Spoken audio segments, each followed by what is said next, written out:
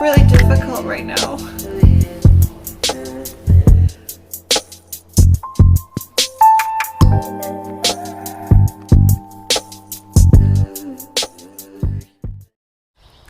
I've been reflective lately because of the 1-year anniversary of my stroke on June the 12th.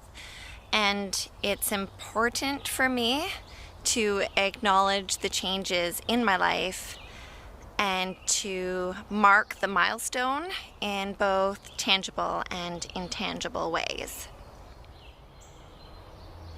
My stroke is the scariest thing that has ever happened to me, partly because we don't know how to fix it. There's no cure.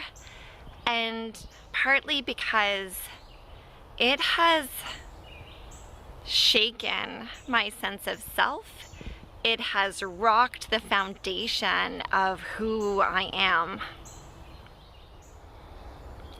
That mental map to interpret our surroundings, which is unique to each of us, fundamentally broke down. And it broke my world apart.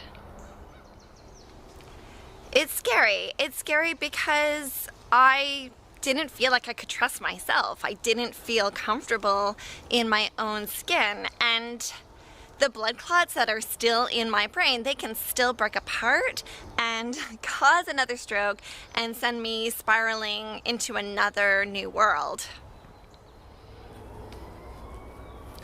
This new world is equal parts frustrating and fascinating, and I'm curious about these new parts of my brain, the way I see and I interpret my world. And I'm trying to channel that into advocacy. Who knew that you could lose this part of your brain? And into storytelling.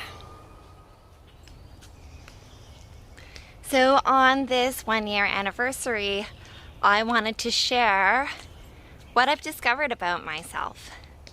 And so the first is that I experience my world in a different way. I used to see the world a lot in letters and numbers, that I was so annoyingly confident with my spelling and grammar and reading.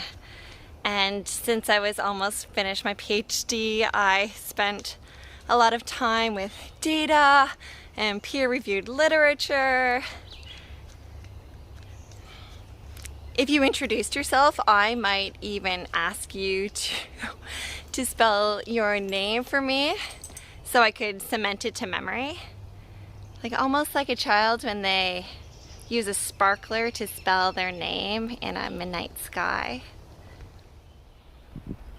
Initially, after my stroke, I couldn't remember my kids' names. And so it's no wonder that I still have a lot of trouble finding words for common objects. And if you're watching this video and thinking, that doesn't make sense, you can just imagine how many times I re-record to find the words that I want to use. So now I make sense of my world. I use muscle memory and visual and videos and audio.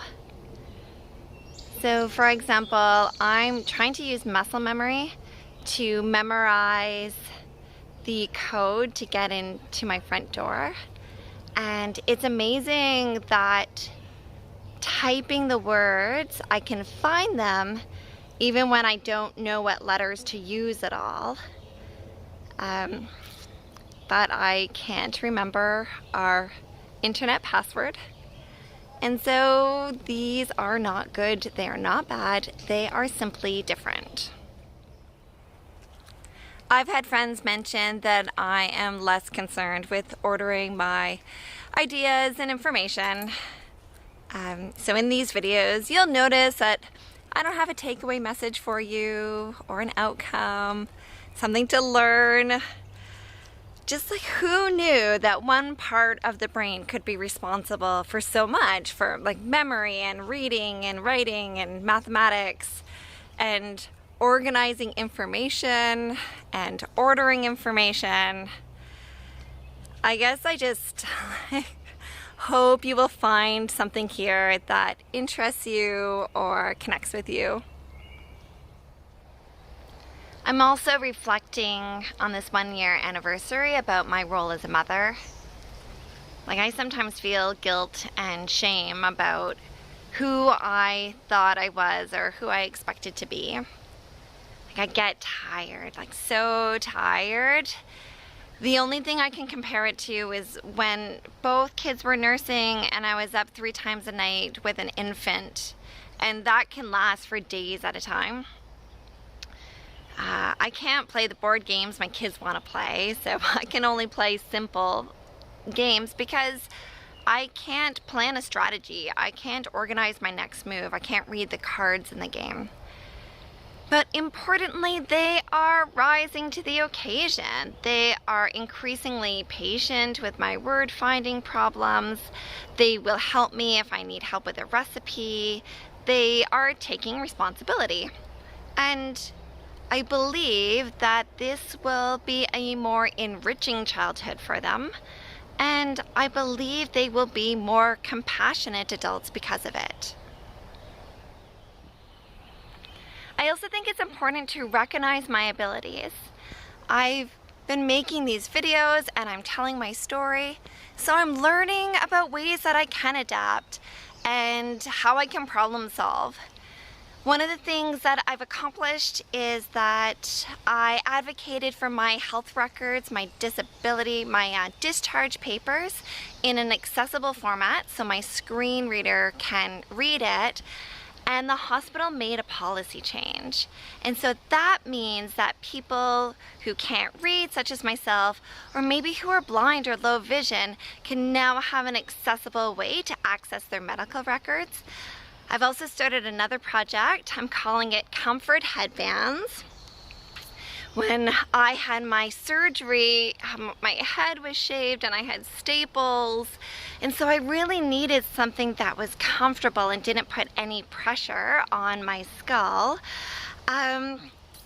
So I wanted it to be comfortable, but I also wanted it to be comforting, because women such as myself, whether it's surgery related, whether it is chemotherapy or radiation that they're going through with hair loss, that we really want it to be comforting and comfortable. And just, I guess, finally, I know that sitting through these videos is uncomfortable, and I just really appreciate it. So thank you for sitting in the discomfort with me today and walking with me. And I just want to say that I appreciate it.